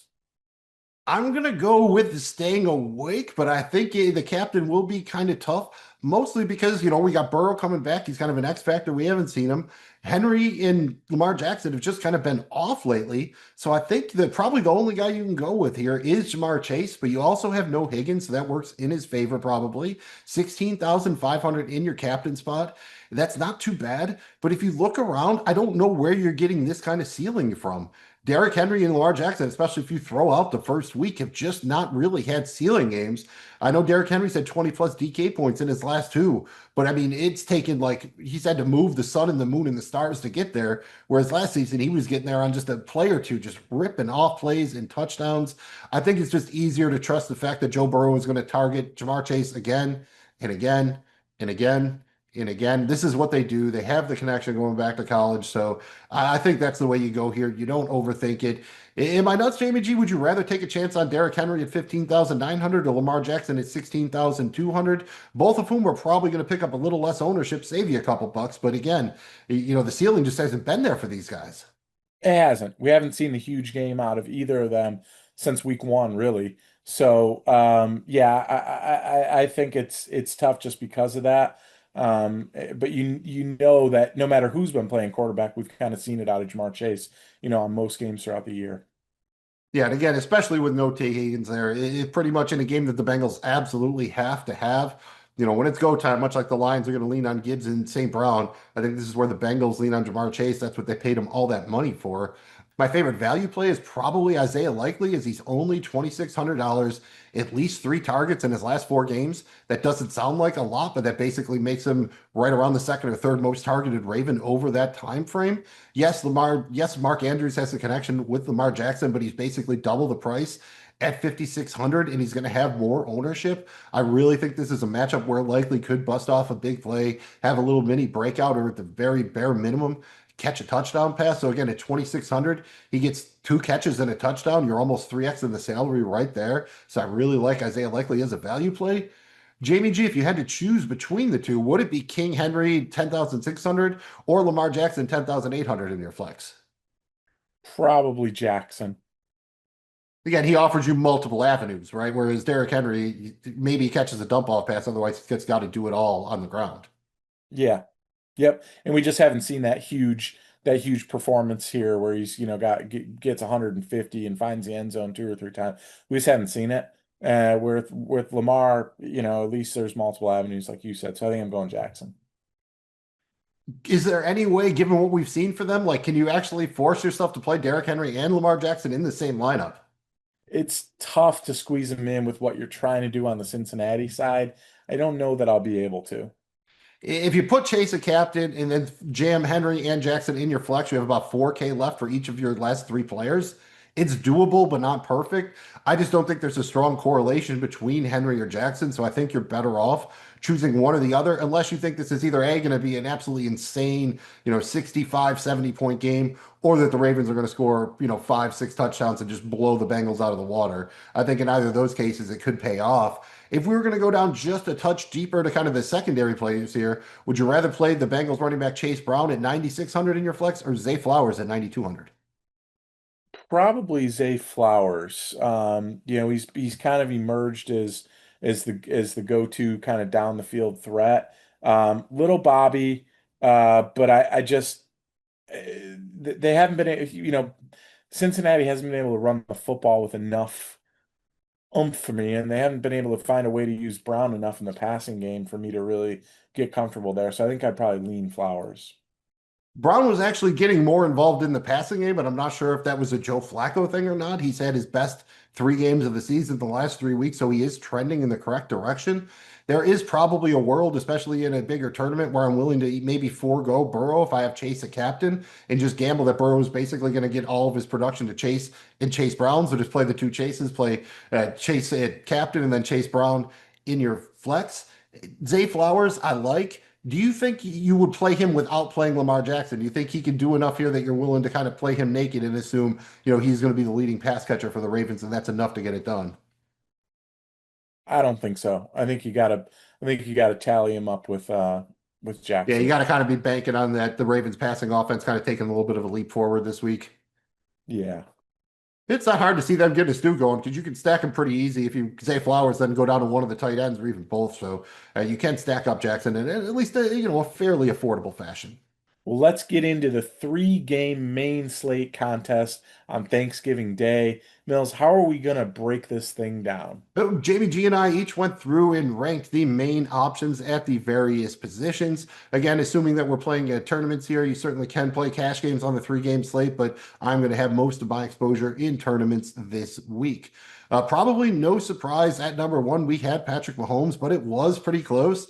And then grouped up right behind him at a tie for number two, we had Lamar Jackson, Joe Burrow. JBG, you were the lowest on Mahomes here. Is this just because you think that Cowboys Chiefs game is going to be a lower scoring affair than everyone thinks? I do. I'm riding it as a low scoring game here, and that's the only reason why. Are you considering maybe even just fading just about all the players from that game then? Um, yeah, I mean, I'll have a little exposure, but yeah, I have a feeling it's going to go low scoring. So that's the story in my head, and I got to kind of build out things around it. Fair enough, fair enough. I think I'm landing more on that the Green Bay Detroit game is the game I'm staying away from a little bit, and that makes sense. You had Jordan Love at 5, as did I. You had Goff at 6. I had him at 6. So we have at least, if nothing else, a pretty clear top four. And there's almost not really that big of a salary difference. Jackson's the most expensive at 6,800. Dak's the cheapest of that bunch, or no, Joe Burrow's the cheapest of that bunch, excuse me, at 6,000 flat. So really only $800 difference in salary between the quarterbacks we are considering here. So I think that does give you a lot of flexibility. And Jamie G makes a good point. Sometimes it is best to come up with a narrative. One thing you want to do if only one of these games shoots out, that's the game you really want to have stacked up. If one of these games goes to overtime, that's probably the game you want to have stacked up. If one of these games ends up being 20-17, probably you're not going to want much exposure to that game unless maybe it's with the DST. So it is a very good idea to try to come up with a narrative before making your lineup, especially if you're only going to be playing one or two lineups. Have a plan kind of going into it, know what you're kind of working with instead of randomly plugging guys in. And running back, I don't think we're really randomly plugging in Jahmyr Gibbs, number one with a bullet, number one for us. Obviously, the most expensive player on the entire slate, $8,800. Then we had both running backs in that Baltimore Cincy game. We had Derrick Henry at 2, 7,300, Chase Brown at number 3, 6,500.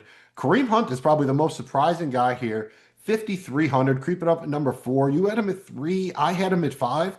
Is that maybe the guy you're going to get exposure to in that Kansas City Dallas game? I think you could make the case for it there. I mean, somebody's going to do something in that game, right? I'm not saying it's going to be 3-0, but it's just to me, it's more of, it's be smart and strategic with it and who you think's got the best chance. Yeah, I think if you're going to play Kareem Hunt and think that's a lower scoring game, a good way to go might be to stack Hunt with the Chiefs defense and try and go for the correlation play on that one. Assume it's a lower scoring affair. They get control. Hunt gets some more carries.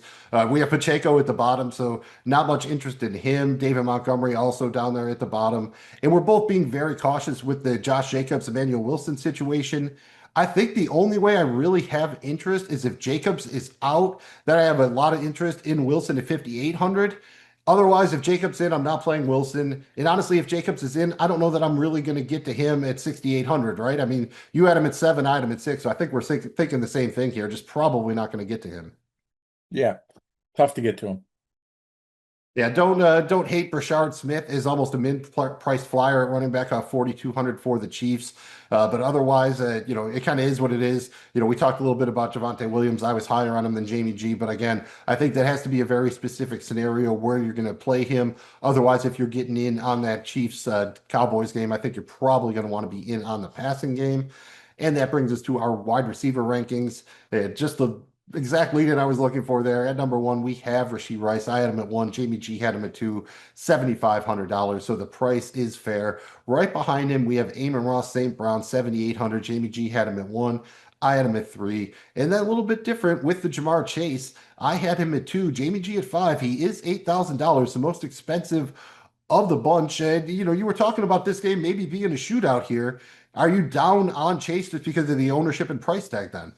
It's the only reason why. It's just really expensive and the ownership's going to be off the charts. I mean, so are you just going to avoid the Bengals offense then? Because if you don't go with him, you're pretty much down to Chase Brown and Yoshivash. Yes, I think so. Just because, again, if you do that, you kind of got to go all in and you got to expect that everyone's going to have the same idea. So to me, when I was doing the rankings, it just came down to I thought there was more value and less ownership at a lower price point than Chase on some of these. And then we had Zay Flowers at six. You had him at eight. I had him at seven. Yoshi Vosh is probably our favorite value play at 4,300. You had him at six. I had him at 10. I'm definitely higher than you on Jamison Williams. You had him at 12. I had him at six. I love this $4,800 price tag, man. I mean, why would you kind of want to mess with somebody else? He's a Bob. But if you're only looking tournaments, I've said it enough times, he's either getting you a 0 or 16 here. So I think 4,800 is a fantastic price for that. And I'd much rather take a chance on him, than say Romeo Dubs at 4,600 you had at nine. Any particular reason you had Watson and Dubs both ahead of Jamison Williams? Detroit is in a situation where they're going to go with the basics this week. I talked about it a little bit earlier. I think it's establish the run, lean on St. Brown when you need to, involve the tight end and kind of play that type of football. I just think it's one of those games, short week. They've lost a couple of games that they should have won. I just can kind of see that with Dan Campbell kind of like getting back to the basics this week and not a lot of like trickery and just I guess just lack of touch count for Jameson Williams for me. So at the same price in your flex, would you rather play David Montgomery at 4,800? Probably. Okay. Yeah. See, I would much rather just take the chance on Williams because I think he can pay it off in one or two plays, whereas Montgomery's definitely going to need to get the volume there. Both have mild interest in Xavier Worthy. 4,500 is a pretty decent price tag. Jamie G, I thought we were going to be a little bit higher on Tyquan Thornton. Came in at a tie at 12, but he is the min price here.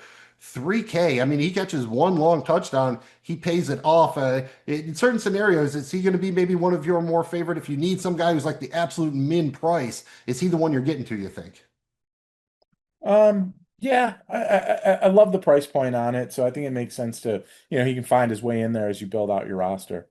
Yeah, it's him or Devontae Walker, also 3K for the Ravens for me. Just basically the same kind of guys, the downfield threat guys. If they can catch one long touchdown pass, they pay off the price tag. Nice to stack with their quarterbacks. So those are probably my favorites. We're getting down there. We really don't have any interest in Matthew Golden, Hollywood Brown, DeAndre Hopkins, Rashad Bateman. So, if one of those guys catches a touchdown, so be it. But very, very difficult to predict.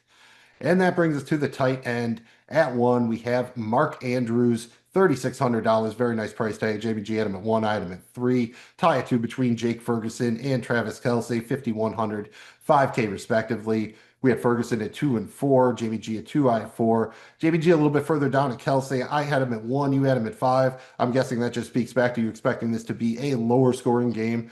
Is this maybe where you're going with on the Bengals, Jamie G? You had Mike Gesicki at number three here at 3,100. Is this just basically a value play because of the price tag? Yeah. Value play because of the price tag. No T. Higgins. Need to get some size in there. I understand they got a million other tight ends on Cincinnati, and the way the universe works, it'll probably go that way. But Burrow had a little bit of a relationship with Gesicki in years past, and I think it's a reason why they re-signed him there is because of his ability to kind of connect. So wouldn't totally shock me, but it was mostly the price point. Yeah, see, I'd rather drop down to 2,600 and take Isaiah Likely then. That's just so dirt cheap. And he's probably going to see, a similar snap share. Maybe not the similar target count, but again, he's gotten at least three targets in his last four or five. So he could get four or five targets here. I don't know. I mean, do you think Gesicki could get, seven or eight targets or something like that here? I think he could. I think he could. I mean, he's got it. Look, if Baltimore wants to just, do everything they can to take away Chase, which if I was them, that would be the game plan, right? And just take away Jamar Chase. I don't care, double, triple, and whatever you got to do. Somebody else is going to get freed up. There could be mismatches. I expect Zach Thomas to really be smart and sophisticated in his game plan this week and how he calls this game and where he goes. A, to protect Joe Burrow from himself, but B, to generate some offense outside of having, your 1B and T. Higgins. Fair enough. I will note that Gesicki will probably pick up a fair bit more ownership, but not nearly as much as you're going to see on Mark Andrews, who's going to be far and away the most tight end, the most owned tight end. So I always like going with the other tight end when they're kind of close like this. Again, Andrews scoring a lot more, but running the similar number of routes to likely. And then finally, we have the DST. I think this is maybe the toughest position here. You have to start one. You can't get around it, but there's no one who jumps out as a great option, which is probably why we had a three-way tie at number one between the Detroit Lions, Baltimore Ravens, and Kansas City Chiefs. And then behind them, a two-way tie between the Packers and Bengals. And then all the way at the bottom, the Dallas Cowboys, 2,400. I mean, Jamie G, is this just going to be a case where you're either picking a defense that fits with your game narrative, or you're just kind of like saving the defense for last and just taking whatever one kind of fits your whatever money you have left over? That to me is probably where it's going to be. There's so much talent on this slate. I think you're going to have a puzzle piece here. Defenses to me is the thing that matters the least. So I usually just, with this many, like I don't think there's going to be a ton of leftover salary to be able to like pay up for a defense this week. So Yeah, a lot of times what I'll do is I'll try to put my favorite kind of mid-range, middle price defense in first. That way I have some flexibility to pivot downwards. This is the case though with only 3 games on the slate. Do not be surprised if the Bengals and the Cowboys are the highest owned defenses by far because they are the cheapest at 2,400 and 2,200. And a lot of people are going to think that way. So even if nothing else, find like an extra $200 just to get up to the Packers, maybe just to differentiate yourself a little bit because I think it's just very popular here, especially when there is no kind of one no-brainer defense that sticks out. Just sometimes avoid just going with the absolute cheapest one because that's what the majority of people will be doing. So overall, it's a pretty interesting slate here. So hopefully we helped you out here breaking down the options and good luck to you.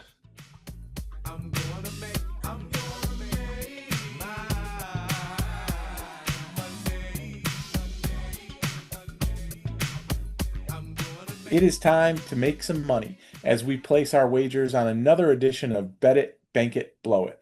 Mills, go ahead, remind everybody everything we need to know here before we start getting our wagering on. We are not affiliated with the Draftkings Sportsbook, but that's where we are getting our odds and wagers from. Everything is accurate as of November 25th, 2025. And here on Bet It, Bank It, Blow It, our preferred currency is the Cricket coin. In Cricket, we trust, so all of our wagers will be in the form of Cricket coins.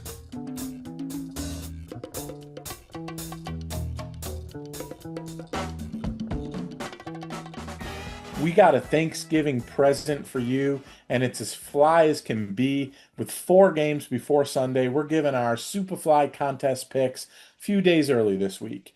Every season, the Westgate Sportsbook in Las Vegas hosts their super contest where you have to pick 5 spread wagers each week. Our Superfly contest, it's basically the same, just way, way cooler. Mills and I will each be picking our favorite 5 spread wagers for week 13 using the Westgate odds. But first, let's see how we did last week. If you had to sum up in a word, the word would be terrible. We did terrible. Maybe just the Price is Right trombone sound. It's probably not even a word. Best summed up in a sound. Jamie G, you were 0 for 5. You missed on New England -7, Seattle -13, New Orleans -1.5, Detroit -10, Philadelphia -3.5. So you did have 3 winners who didn't cover, and I fell into nearly the same trap because I was on a couple of winners who didn't cover. I went 1 for 4. I did hit on San Francisco -7, but missed on New England -7, Seattle -13, Minnesota +6.5, and Philadelphia -3.5.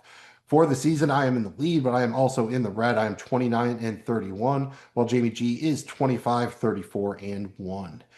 I am in the lead, so it falls to me to go first. Obviously, these will be over all games here, as we couldn't just make 5 picks out of the 4 games on the Thursday, Friday slate.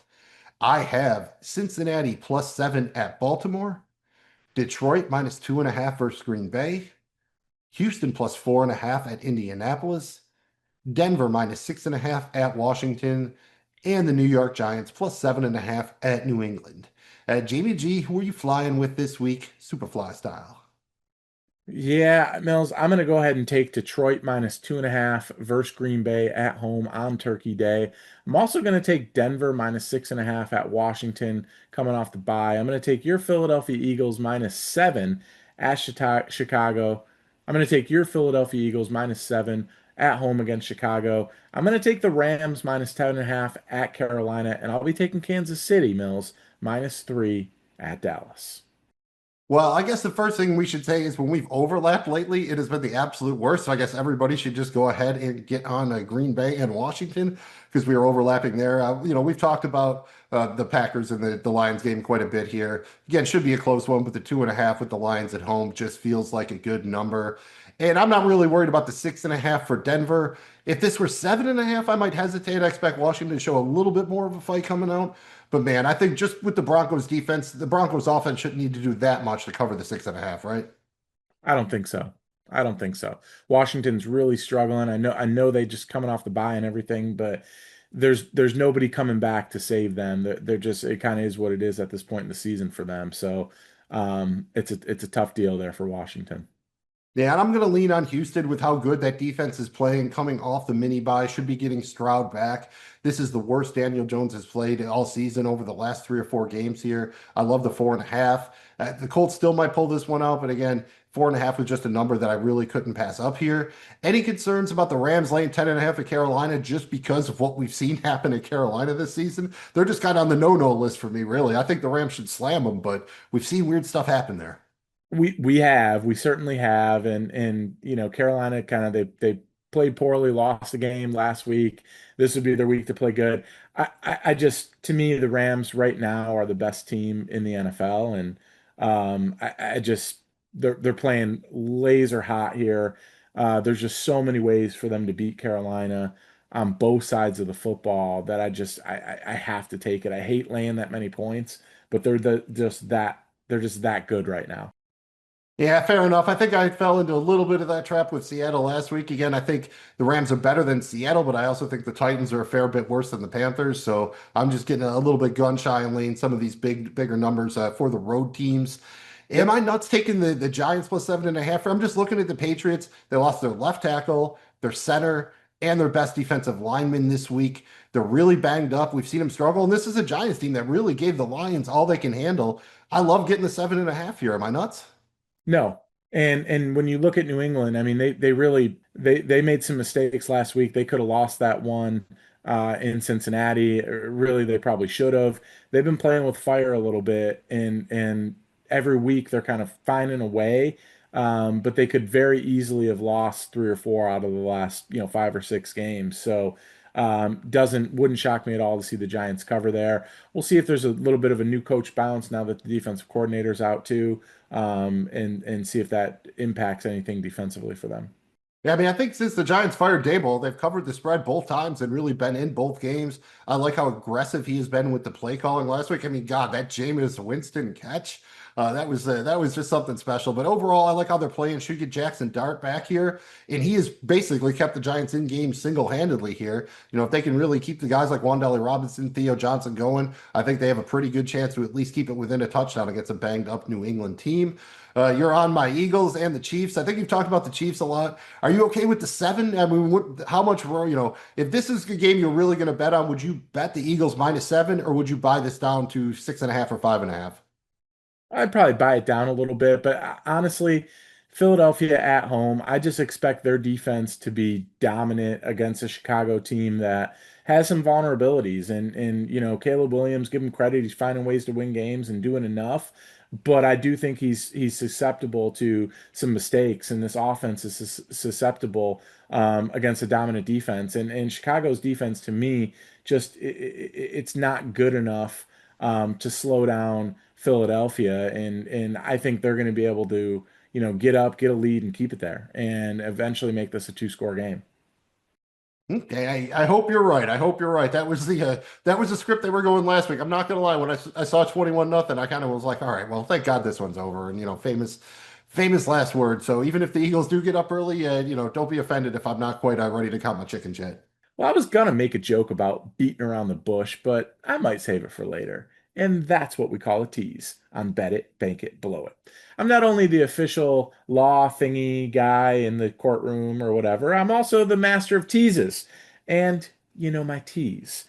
Mills, now have the teasers been working for us this season? Where are we at on them? Maybe not as quite as well as you would have hoped. Jamie G, you were actually in on the back of the bus here, although in your defense, you have made far more teaser wagers than anyone else. You are down about 578 cricket coins to the teasers this season. I am down about 26 coins, and our collaborative teasers are the only one in the green. They are up about 40 coins, putting us down about 564 coins overall to the teasers across all slates.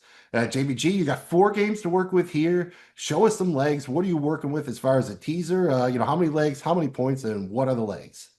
I decided to have a little fun with this one, Mills, and give myself a nice 4 leg 6 point teaser here.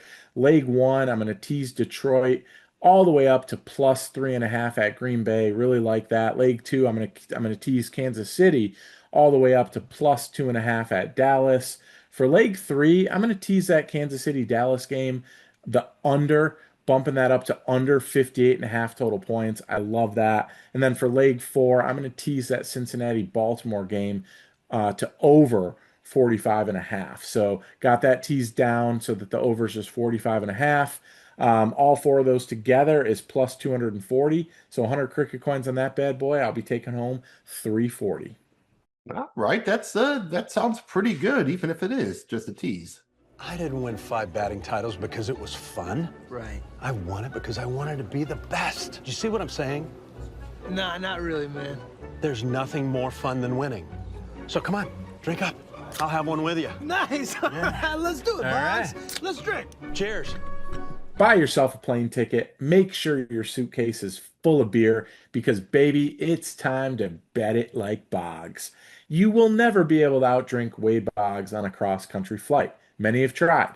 Few have lived to tell the tale. So instead of trying to outdrink him, we're just gonna bet like him. And the man can make some amazing wagers after 60 beers. The fact that he's even walking around is amazing, but the fact that he's still turning a profit after 230 packs is just out of this world. And in honor of Wade Boggs, former Major League Baseball player who is most definitely still alive, we're doing a player prop thing here. We're ultimately going to make 3 wagers and a parlay while risking 185 cricket coins. We're doing it baseball style, so the 3 wagers are a single, double, and triple. Single has 100 cricket coins on it, any prop minus 105 or shorter. Double's got 50 cricket coins riding on it, any prop with odds between plus 100, plus 300. The triple has 25 cricket coins on it, any prop with odds longer than plus 301. And then the home run is a 10 cricket coin, 3 leg parlay with our single, double, and triple wagers. Last week, I booked a small loss down about 6 coins, going 1 for 4 at the plate. Hit on my single, Sam Darnold, 2+ passing touchdowns. Missed my double, T. Higgins, 7+ receptions. And my triple, Derrick Henry, 120+ rushing yards. Jamie G led the way last week. He was 2 for 4 at the plate, turning a profit of about 69 coins. Hit on his single, Drake May, 230+ passing yards. His double, George Pickens, 70+ receiving yards, but missed on his triple. Lamar Jackson and Derrick Henry combining for 175+ rushing yards. Seemed like it should have happened, but it did not. On the season, I'm down about 477 coins. Jamie G's down about 830, putting us down about 1,307 overall. This week, we've got 4 games to work with. For my single, I am going right back to the well here. Give me Jahmyr Gibbs, 110+ rushing plus receiving yards, 110+ combo yards. That is minus 119, 100 coins to bring back about 184. No diggity, no doubt. Lock it in. Easy single, easy single. For the double, staying right there in that first Thanksgiving game, give me Amon-Ra St. Brown, 90+ receiving yards, plus 151, just like the rum. 50 cricket coins to bring back about 126. For the triple, we'll go into the next game on Thanksgiving, game number 2. We know where the ball's going when Kansas City's putting it in the air. We're going to take Rashee Rice, 110+ receiving yards. That is plus 329, 25 coins to bring back about 107.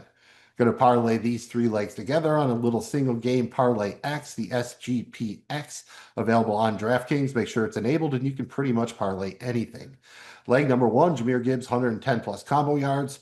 Leg two, Amon Ross St. Brown, 90 plus receiving yards. Leg three, Rashi Rice, 110 plus receiving yards. Parlay them together, your odds are plus 1873, so 10 points to bring back about 197. Jamie G, you are coming off the on deck circle to the dish. You're at the Batman. Show us how you're going to bet it like Boggs. Yeah, for the single wager here, I'm going to go to Detroit and I'm going to take our guy Jameer Gibbs to have 70 plus rushing yards, which is well under his average on the season.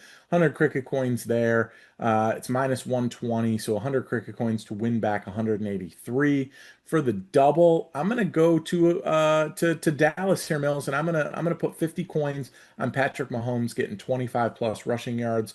We talked about it earlier. This is the time of the year where he's got to do anything he can to win the game. I expect him to avoid some pressure, take off and run a couple times, and get over those 25 plus rushing yards. It's plus 114. Really like the number on that. So 50 cricket coins to win 107. And it's right around his season average. So feeling pretty good about that. For the triple, I'm going to put 25 coins on Lamar Jackson to have 50 plus rushing yards. I keep kind of waiting for it, right? Ever since he came back off the hamstring, like when's he going to take off and really have one of those games where, he has like 8 rushes for like 80 yards, right? We haven't seen it yet. Maybe Thursday night, prime time on Thanksgiving against a divisional foe. Maybe it's the night. I'm going to put 25 coins on Lamar Jackson to have 50 plus rushing yards. It's plus 310. A year ago, Mills, this would have been like even money, right? So getting plus 310 on 50 plus rushing yards for Lamar is pretty cool. 25 coins there to win back 102 and 50 cent. And then for the home run, we throw them all together here. It's plus 1,508 odds, so 10 coins on that to win back 161. All right. I mean, you really like your quarterback rushing props. I'll say that. A lot of rushing yards here. All rushing yards, Mills. It's doing a rushing thing. Here on Bet It, Bank It, Blow It, we love wagering, making money, and mostly having fun. I mean, who the hell doesn't? We bring all three of these together with the Parlay Partay. It's a party where you can have fun and win some serious cash, but the price of admission is a parlay. Mills, how much fun have we been having this season if it's possible to assign a dollar amount to having fun? I mean, $31.26 million. That's about how much it cost to have fun for me. So, not been having that much fun. Jamie G, you were slightly in the green. You were up 3 cricket coins to the partay on the season. I am down 180. Our collaborative parlays are down 400, putting us down 577 coins overall. But we're going to try to turn that around this week. We have a 4-leg collaborative parlay hitting some of our highlights we've already talked about. Leg number one, Jameer Gibbs, 70 plus rushing yards. JVG featured this one. That is minus 120. We're going to slightly up the Mahomes passing yards, split it between two of our wagers. We have Patrick Mahomes, 260 plus passing yards. That's minus 138. Going to take the over 48.5, the alternate total in that Cincinnati at Baltimore game. That is minus 165. And we're going to tease my Eagles down a bit to minus 4.5 on the alternate spread versus the Bears, minus 163. So you parlay those four together. Gibbs 70 plus rushing yards, Mahomes 260 plus passing yards, Cincinnati at Baltimore over 48.5, and Philadelphia minus 4.5 versus Chicago. Your odds are plus 719. So a 100 coin wager brings back 819 coins, which would be enough to put us in the green on the season, which would in itself be a reason to partay. We always save the best for last, and since we're almost done with the episode, it's time to visit the glorious Golden Goose. The Golden Goose provides the golden eggs, which we pass on to you with our best wagers for each game. Mills, how has the Golden Goose treated us so far this season? Better than that Easter Bunny, man. I hear that's just a guy in a suit. So we're goose people here, man. We're none of the bunny stuff. On the season, I am up 1,545 coins in the goose. Jamie G, you're up about 994 coins, putting us up about 2,539 coins. So doing pretty decent. Why don't you go ahead and lead us off with your Thanksgiving wagers? So one from each game. Hit us with the big three. Duck, duck, goose, baby. I love it. Mills, on the first one, I'm going to go ahead and put my 250 coins just on the Detroit money line, straight up against Green Bay. I got them winning this one at home, minus 142, 250 coins to win back 426. For the second game, I'm putting my 250 coins on Patrick Mahomes to have 250 plus passing yards. Look, if they're going to win this game, it's going to be off of all things Patrick Mahomes. I think he gets there. 250 plus passing yards. It's minus 168. So 250 to win back 398 coins and 80 cents. And then last but not least, I'm going to put 250 coins on the Cincinnati Baltimore game going over 48 and a half. That's an alternate total. It's minus 165. 250 coins there to win back 402. All right, for the first Thanksgiving game, I am just going to go right back to the well once again because it is not running dry. It is tapped deep. Give me Jahmyr Gibbs 120 plus combo yards, 120 rushing plus receiving yards. That's plus 120, 250 coins to bring back 550. Might sound like a lot, but he's done it in 4 of his last 5 games. And like we said, the Lions need this one against their divisional rival. So I'm loving it. Just McDonald's style. Go ahead, get Donovan McNabb out here. He'll back me up. In game number 2, I'm going to go with the Patrick Mahomes. I'm going to say that they're not going to be able to run the ball. The Cowboys are going to force them to put it in the air a little bit. Give me Patrick Mahomes, 280 plus passing yards, plus 121, 250 coins to bring back about 553. He's had at least 276 yards passing in 4 of his last 5 games. So right in the universe of what he's been doing recently. And then on the final Thanksgiving game, I'm going to go with Derrick Henry, but not the way you're thinking, because I'm going to go a way that doesn't care about efficiency. I'm going to put 250 cricket coins on Derrick Henry to have 18 plus rushing attempts, minus 127, so 250 coins to bring back about 447. He's had at least 18 rushing attempts in each of his last 6 games, so I feel like the Ravens are going to keep feeding him and feeding him and feeding him, whether or not he's doing anything with the rock. And then on Black Friday, I've seen it enough times now. I'm done falling for the banana in the tailpipe. I'm putting 250 cricket coins on Saquon Barkley to have under 77.5 rushing yards, minus 112, 250 coins to bring back about 473. Believe it or not, throughout this entire season, Saquon Barkley only has 3 games with 78 or more rushing yards. Not great, Bob. Not great. Jamie G closes out with a winner for Black Friday. Everyone's going to be spending all this money, helping bring some money back into the wallet. Absolutely, man. I am putting, I love the quarterback rushing yards. I'm putting 250 cricket coins on Caleb Williams to have 20 plus rushing yards. Really like this one, Mills. I think the pass rush gets after him. He does have some nice escapability, getting outside the pocket, and he's not afraid to take off when he needs to. And sometimes when he doesn't need to. I think he easily gets this 20 plus rushing yards. It's minus 144, 250 coins to win back 424. If any of the fine folk at Draftkings are watching, you should probably put out some kind of like combined quarterback rushing yards prop or whatever, because at least Jamie G would be there for that one. I'll be your Huckleberry, and you will be ours. Thank you guys for checking out another episode of Seize the Gap Fantasy Football. We really appreciate you being here, and we want to say happy Thanksgiving to you and your families. Enjoy this day, enjoy the family, enjoy the food, enjoy the football, and good luck. We hope that you make the most you can. Yeah, remember, it's all about that gravy sandwich. Gravy, then food, more gravy on top. That's how you do it. Thanks again for checking out another episode of Seize the Gap Fantasy Football. Find our content wherever you get your pods and on YouTube. Find us on social media at Seize the Gap FF and on the web at seizethegapff.com. Nice and easy to remember, just like the flaps, FLAPS. Follow, like, and please subscribe. If you had fun, please remember to touch the thumb. Happy Thanksgiving. I'm Magnum Mills with Jamie G, reminding you to seize the gap so you can stop being so inefficient. Even applies when you're doing the dishes after Thanksgiving dinner. And we don't care if you're old. You need to seize the gap. When you're strange, faces come out of the rain. When you're strange, no one remembers your name. When you're strange, when you're strange, when you're